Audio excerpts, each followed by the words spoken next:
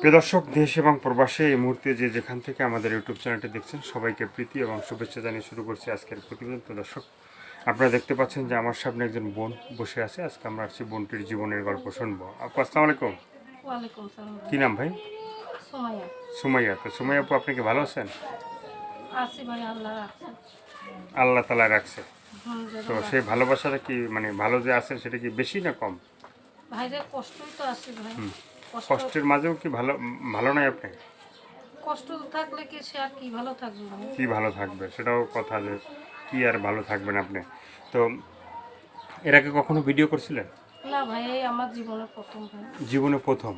কেন আসলেন এই ভিডিওর সামনে? ভাইরে খুবই কষ্টই করে আইছি ভাই। সেই কষ্টের কথাগুলো আমরা একটু শুনতে চাই। ভাই, আমার মারা যাওয়ালে আমার বাবারা একটা বিয়া দিয়েছিল ভাই।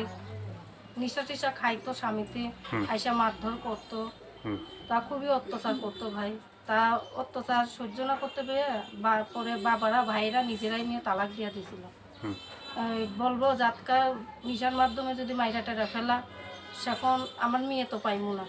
পরে বাবারা ওই যে ভারতে চলে যাও না গা, হুম ওই স্বামীর কাছ থেকে তালাক হয়ে যাও না। পরে আমি একাই থাকি ভাইরে। বাবা আপন হবে, বাবার সৎ মায় তো কখনো আপন হয় না ভাই। না।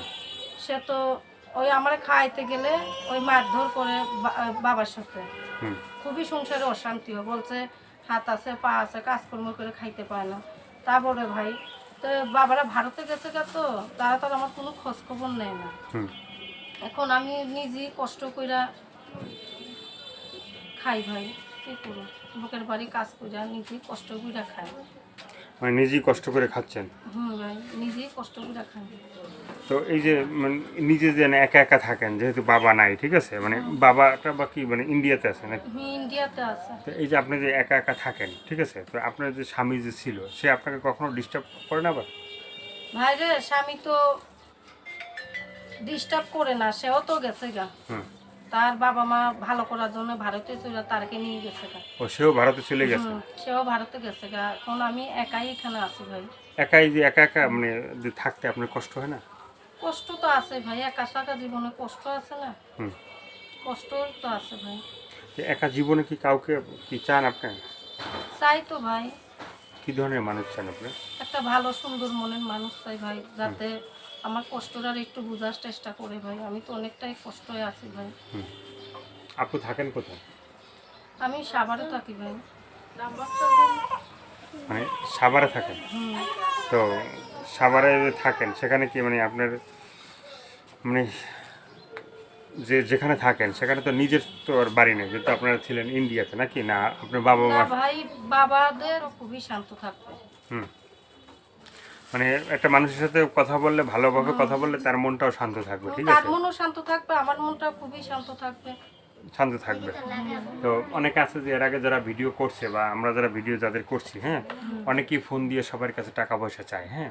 তো আপনি কি আপনার পক্ষ থেকে কি মানে ফোন দেওয়ার পরে দর্শক ভাইরে যে ফোন দেবে, আপনি কি টাকা পয়সা চাবেন না ভালোবাসা না ভাই, না দিবেন? না না, তা টাকা পয়সা চাইমু কিসের জন্য ভাই? সে যে সত্যিকারে ভালোবাসবে ভাই, যে আপন করে নিতে চাইবো, সে তো আমার কষ্টটারে সেই তো নিব। সেই তো সখন বলবে যে না রে, তার সে এতটাই কষ্ট পাইতেছে, সেই তো আমারে দেখবো ভাই। তো আমি টাকা পয়সা দিয়ে কি করবো? আমি একটা সুন্দর মনের মানুষ, ভালো মনের মানুষ আমি চাই ভাই। ভালো একটা মনের মানুষ চান, তো তাহলে আপনার ভালোবাসা দিবেন। হ্যাঁ, আমি তাকে ভালোবাসবো। আর কিছু বলার আছে আপনার? হ্যাঁ ভাই, আর একটা কথা বলা আছে। ভাইদের কাছে অনুরোধ, যাতে আমার সাথে কোনো খারাপ দুর্ব্যবহারে কথা না বলে। কথা না বলে। হুম।